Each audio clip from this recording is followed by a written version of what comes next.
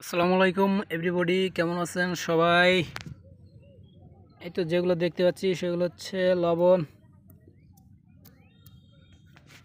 এখন দানা বেঁধে আছে লবণ।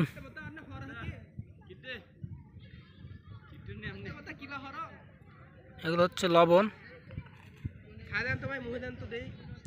মুখে তো দিতেই পারে, আসলে তো এগুলো অনেক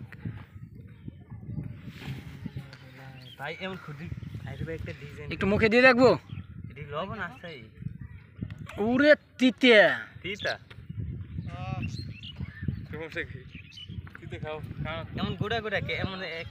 এই যে বস্তাগুলো দেখতে পাচ্ছেন, এগুলো হচ্ছে লবণের বস্তা। সবাই এই তো সাগরের পারে লবণের চাষ।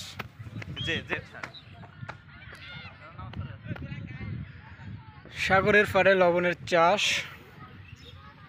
সাগরের পারে একটি মসজিদ।